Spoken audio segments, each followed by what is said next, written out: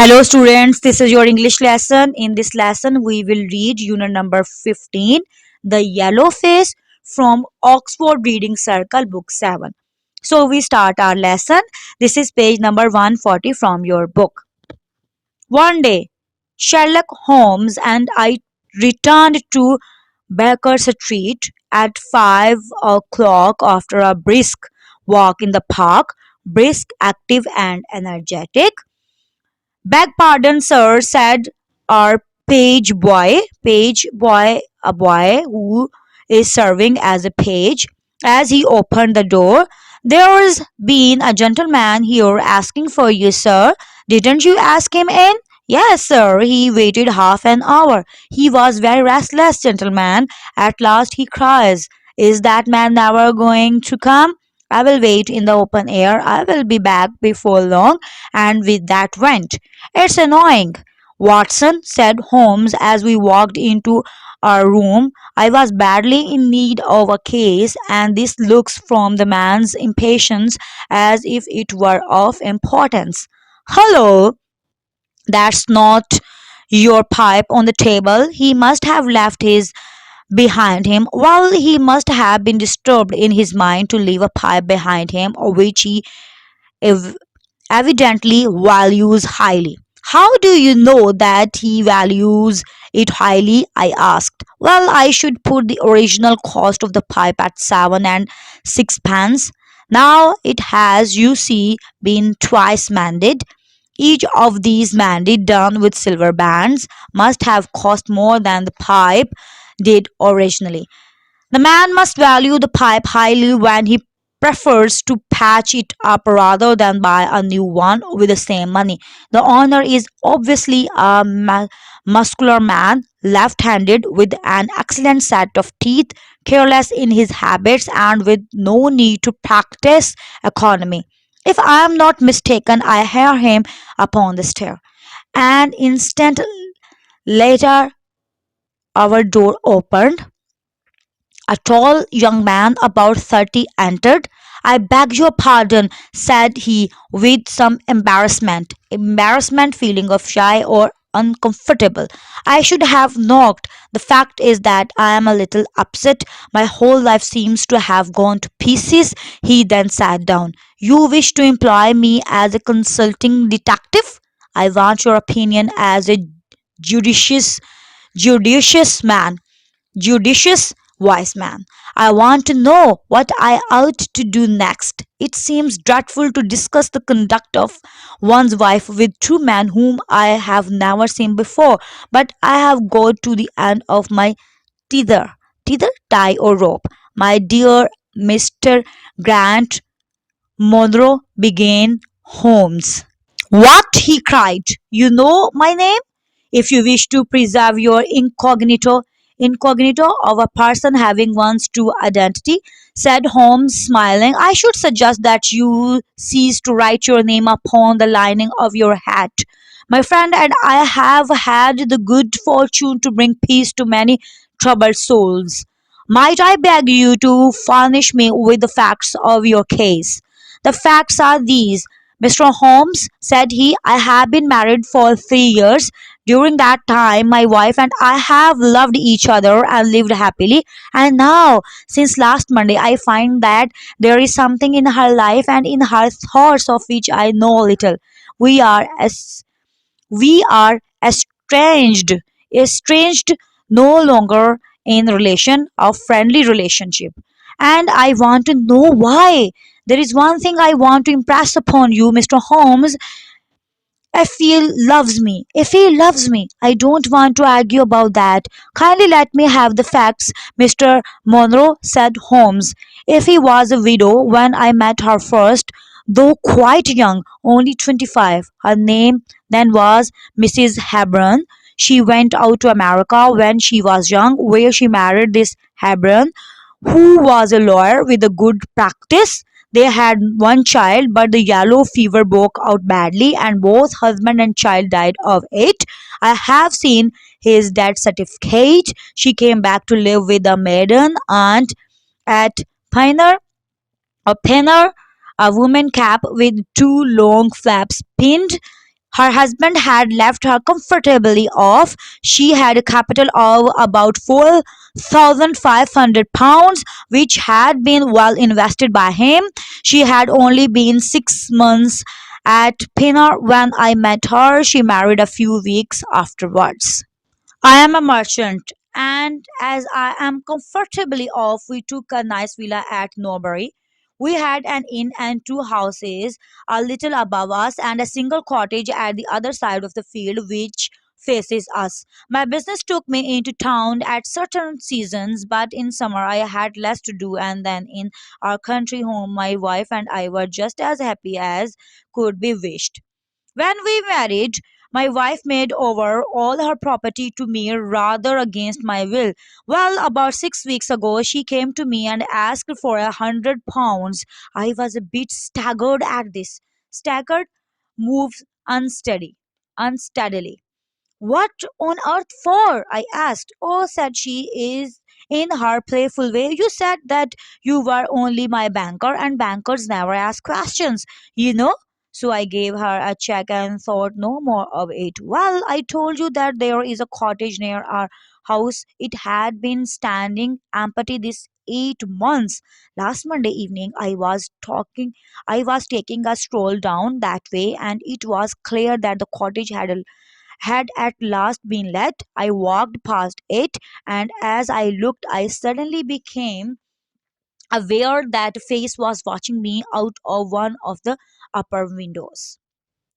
That face sent a chill right down my back. I could not make out the features, but it was unnatural and inhuman. I moved quickly forwards, but as I did, as so the face disappeared. I stood thinking the business over. I could not tell if the face was that of a man or a woman, but the color was of a livid dead yellow. Livid, unpleasant. So disturbed was I that I determined to see the new inmates of the cottage. I approached and knocked at the door, which was opened by a tall woman with a harsh face. What may you be wanting? She asked. I'm your neighbor, said I. I see that you have only just moved in, so if I can be of any help, eh, we'll just ask ye when we want you, said she and shut the door in my face. Annoyed, I turned. I turned my back and walked home all the evening. My mind turned to the apparition a ghost at the window, and the rudeness of the women. That night I remarked to my wife before I fell asleep that the cottage was now occupied, to which she returned no reply. That night, half in my dreams, I was dimly aware that my wife had dressed herself and was sleeping on her mantle and her bonnet. My half opened eyes fell upon her face, illuminated by the candlelight. She was deadly pale and breathing fast, glancing towards the bed as she fastened her mantle to see if she had disturbed me. Then she slipped noiselessly from the room. I sat up in bed for about 20 minutes. I was still puzzling over this when I heard the front door creak and her footsteps coming up the stairs. Where have you been, Effie? I asked as she entered. She gave a violent start when I spoke. It gave me a chill to see her slinking into her own room and wincing embarrassment when her own husband spoke to her. I don't wonder that you are surprised, said she, trembling. Why, I felt a longing for a breath of fresh air. I stood at the door for a few minutes. All the time, she never once looked in my direction. It was evident to me that she was saying what was false. What was it that she was concealing? I should have gone to the city that day, but I was too disturbed to pay attention to business matters. My wife seemed to be as upset as myself. We hardly exchanged a word during breakfast, and afterwards I went out for a walk. I was back in Norbury Norbury by 1 o'clock. My way took me past the cottage, and as I passed, the door suddenly opened and my wife walked out. I was struck dumb with astonishment at the sight of her. She seemed for an instant to wish to shrink back inside the house again, and then she came forward with a very white face and frightened eyes. So said I, "This is where you went during the night?" "What do you mean?" she cried. "You came here, I am sure of it. Who are these people that you should visit them at such an hour? I have not been here before. How can you tell me what you know? It is false," I cried. "Your very voice changes as you speak. I shall enter that cottage and I shall probe the matter to the bottom." "No, Jack, for God's sake," she gasped. As I approached the door, she seized my sleeve and pulled me back. "I implore you not to do this, Jack," she cried. "Implore, beg," someone earnestly. "I will tell you everything someday, but nothing but misery can come of it now. Our whole lives are at stake on this." "Stake? Danger?" Her words arrested me. "I will trust you on one condition only," said I at last. "It is this that this mystery comes to an end from now. Preserve your secret, but promise me that there shall be no more doings which are kept from my knowledge." "I was sure that you would trust me," she cried. "It shall be just as you wish." Still plucking at my sleeve, she led me away. As we went, there was that yellow, livid face watching us out of the upper window. What link could there be between that creature and my wife? For 2 days I stayed at home. My wife appeared to abide by our engagement, but on the third day I had ample evidence that she had broken her promise. Ample enough. I had gone into town on that day, but I returned early. My wife was not at home.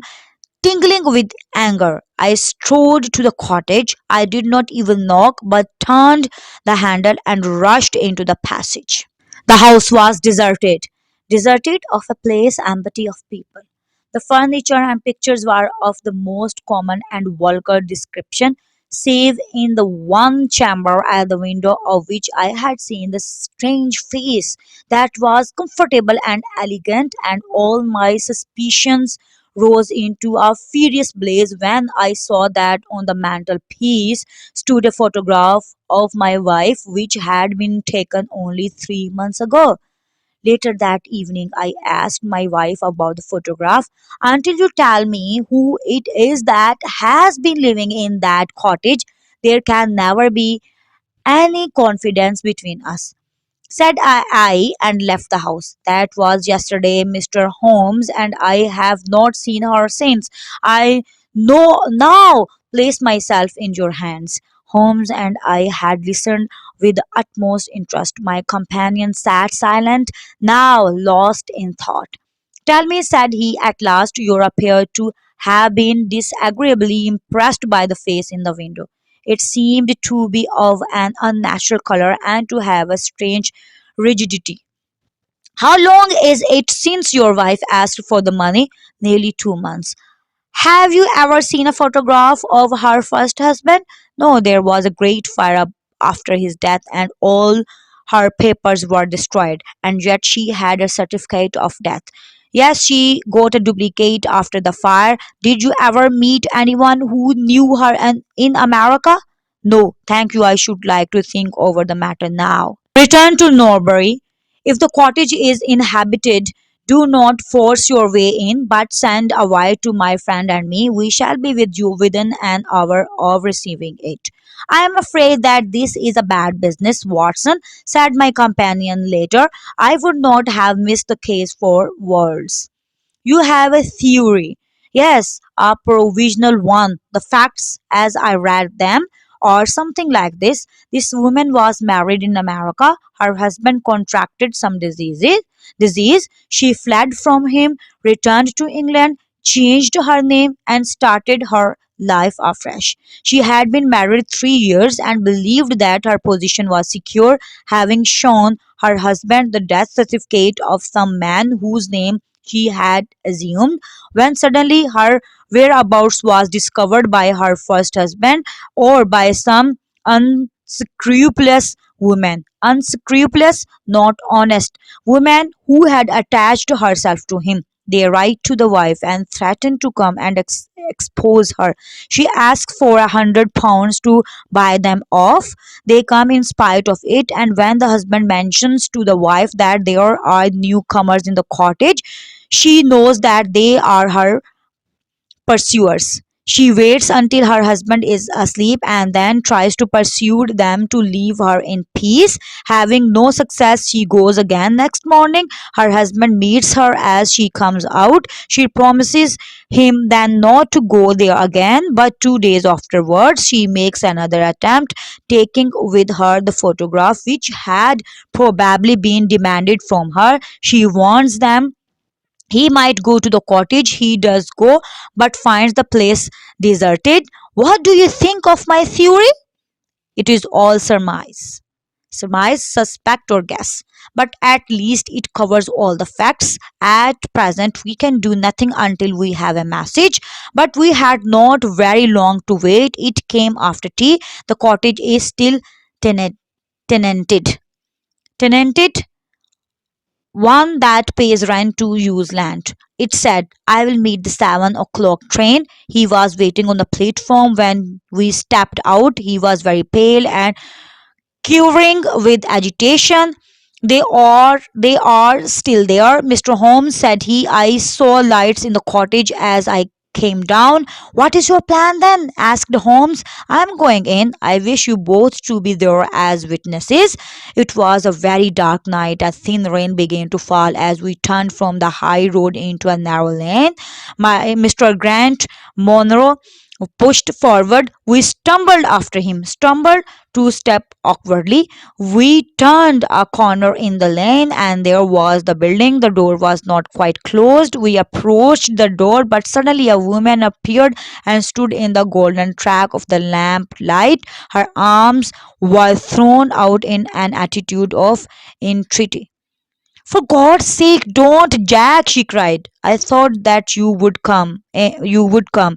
Think better of it, dear. Trust me again. I have trusted you too long. Ify, he cried sternly in a serious manner, my friend and I are going to settle this matter once and for ever.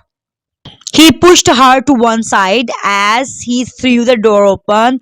An elderly woman tried to bar his passage, but he thrust her back, and an instant afterwards we were all upon the stairs. Grant Monroe rushed into the room at the top, and we entered it at his heels. It was a cozy apartment with two candles burning upon the table. In the corner there sat a little girl. Her face was turned away, but we could see that she was dressed in a frock and that she had long white gloves on. The expressionless face was of a strangest livid tint.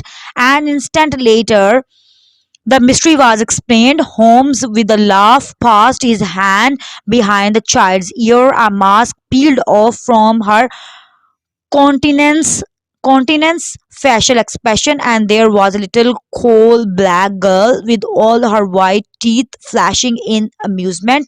I burst out laughing out of sympathy with her merriment, but Grant Monroe stood staring. My God, he cried, what can be the meaning of this? I will tell you, cried the lady, sweeping into the room.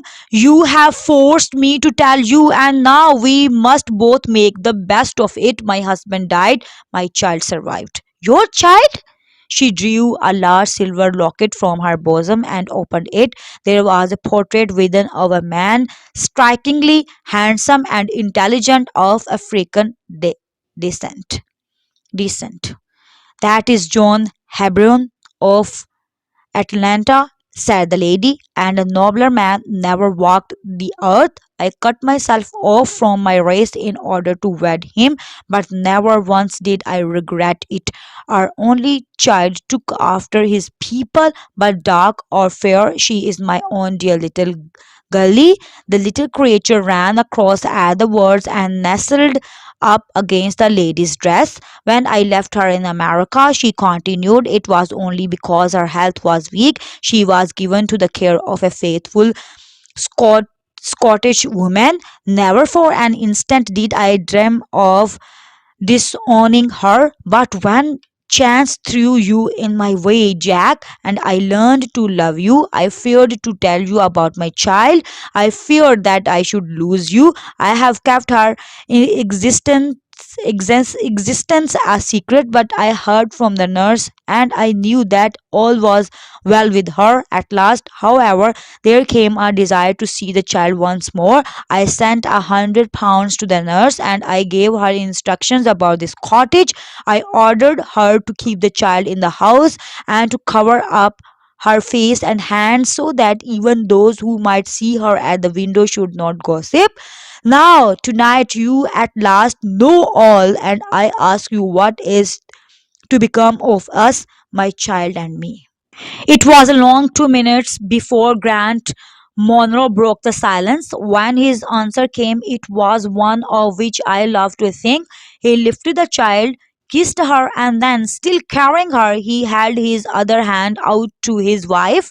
Back in our flat in London, Holmes said to me, Watson, if it should ever strike you that I am getting a little overconfident in my powers, kindly whisper Nobody in my ear, and I shall be infinitely obliged to you.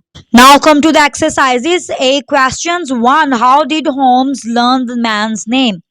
Answer. Holmes learned the man's name because he had written his name on the lining of his hat.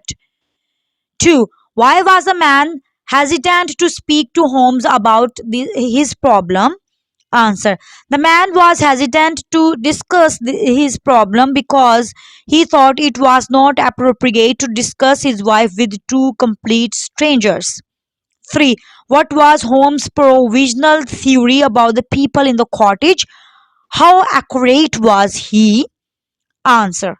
Holmes' provisional theory was that the woman was married in America and when her husband contracted some disease, she left him and fled to England, changed her name, and began a new life by showing her second husband the death certificate of some man whose identity she had assumed. The people in the cottage were probably her former husband or some woman he had taken up with. It proved to be inaccurate. 4. Why did the woman not want her husband to know about the child? Answer. She thought that her husband would not accept her child as she was colored black and the woman would lose the man she loved. 5. Who was the old lady in the house? How did she come to be there? Answer. The old lady in the house was a nurse, a faithful Scottish woman in whose care Effie had left the child in America because her health was weak. 6. What means of persuasion did Mrs. Grant Monroe use to stop her husband from entering the house or asking further questions about the inmates? Answer. When Jack insisted that he would enter the cottage and probe the matter to the bottom to find out why she was hiding the truth from him, Mr. Grant Monroe implored and persuaded him not to take the step. She promised to tell him everything some day because he felt that the truth would rather result in misery and their entire lives were at stake on this issue. 7. What was the husband's reaction when the story was revealed? Answer. The husband had a large heart. He lifted the child and kissed her and reached for his wife with his other hand. 8. Why did Holmes ask Watson to whisper Nobody in his ear? Answer. Holmes felt that for once he had been wrong in his theory due to his overconfidence. So he told his friend to warn him with the name Nobody whenever he would try to be overconfident again in his powers. 9. If you were Holmes, what provisional theory would you have come up with after hearing the man's story? Answer. I would have formed the theory that the woman had murdered her first husband and had escaped to England. Someone had discovered the secret and was blackmailing her to make some money. 10. Do you think Sherlock Holmes was a good detective? Give evidence for your answer. Answer is I think Sherlock Holmes was a good detective because he was very patient. Instead of jumping to conclusions, he would study all the evidence and make a reasonable decision. He was respectful to everyone he met and was never hostile. B. Reference to context. Read these lines from the story, then answer the questions. 1. Oh, said she in her playful way, you said that you were only my banker and bankers never ask questions. You know? A. Who is narrating this story and to whom? Answer. Mr. Grant Monroe is narrating the story to Holmes and Watson. B. When did the narrator make this report? Answer. The narrator made this remark when his wife asked him for £100 after having willed over her entire property to him at the time of their marriage. C. When does the woman say these words to the narrator and why? Answer. She says these words to the narrator when he questions her on why she wants so much money. D. What particular job does the narrator do? Answer. The narrator is a merchant. His business takes him to the town at certain seasons. 2. I don't wonder that you are surprised, said she, trembling. Why I felt a longing for a breath of fresh air. A. Who says these words and to whom? Answer. Mrs. Grant Monroe spoke these words to her husband. B. What is the question to which this statement is a response? Answer. One night when Jackman mentions to his wife that the rent door cottage is occupied, she slips out at night thinking that he is fast asleep. When she returns, he questions her, where have you been, Effie? This statement is her response. C. Why is the person trembling? Answer. She is trembling because she knows that she has been caught and that she has done something she should not have done. D. Is the second statement she makes true or false? Answer. The second statement she makes is false because she had gone to the cottage and it was not for a breath of fresh air. C. Words and meaning. 1. Explain the meaning of the following. A. My whole life seems to have gone to pieces. Answer. Gone to pieces means fallen apart or destroyed. B. But I have gone to the end of my tether. Answer is go to the end of my tether. Come to the end of one's patience.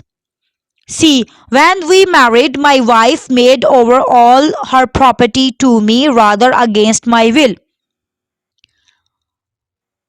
Although he was not in favor of it, his wife willed all her property in his name. D. You appear to have been disagreeably impressed by the face in the window. It means that the Holmes was not impressed by the man's description of the face in the window. E. I would not have missed the case for worlds. Watson told the gentleman to return to Norbury. If the cottage was inhabited, he should wire them. Holmes and Watson. It appears that Holmes did not want to give up on such an interesting case at any cost. F. I cut myself off from my race in order to wed him. I cut myself off mean disassociate or break off all relations. 2. Use these words in sentences of your own. A. Unmistakably. This is unmistakably my watch as it has a scratch mark where I damaged it. B. Merriment. There was a lot of fun and merriment at the office party last night. C. Attitude. If you have the right attitude, you can succeed in whatever you decide to do. D. Judicious. Judicious. You must make judicious use of this bright color on your walls, or the whole effect will be ghastly. E. Individuality. Even identical twins have their own individuality. F. Pensive. I found my friend sitting on the lawn in a pensive mood. 3. Find suitable words or phrases in the story to replace those in italics. A. They come regardless of it, regardless in spite. And when the husband states to the wife, mentions to the wife that there are newcomers in the cottage, she knows that they are her pursuers. B. It appears to be of a abnormal color. It was of an unnatural color and to have a strange harshness. See, my wife appeared to stand by our agreement, stand by, abide by. But on the third day, I had plenty of proof, plenty ample evidence that she had broken the promise. D. Yes, she got a second copy after the blaze. Second copy, duplicate, blaze, fire. D. Discuss and write. 1. Think about the characters and events of the story and discuss what lessons we might learn from them. Think about truth, dishonesty, fear, concealment, love, toleration, suspicion, and other human characteristics. Answer. The lessons we learn are that we must trust each other in any kind of relationship, not be afraid to tell the truth because that can lead to suspicion. Do not hide or conceal anything from the person you love. Tolerate the weakness of one's companion or friends. Love each other for what we are and not base our relationships on caste or color or creed. 2. Is color, race, or religion important to when choosing our friends? Discuss this in journal terms. Then write about one of the topics and say how you think it affects our lives. Answer is no color, race, or religion is not important when choosing our friend. If we do so, then we are not making friend and build relationship together. We are choosing our friend just for the sake of benefit. Religion has a great impact on our lives. People's religious affiliation has a positive impact in their lives with regards to their well-being, morals, and family strength. Religion has helped many people find peace within themselves and able to find light to their anxiety and uncomfortable events. Thanks for listening. For new videos, don't forget to subscribe my channel. And if you like my videos, please share and like.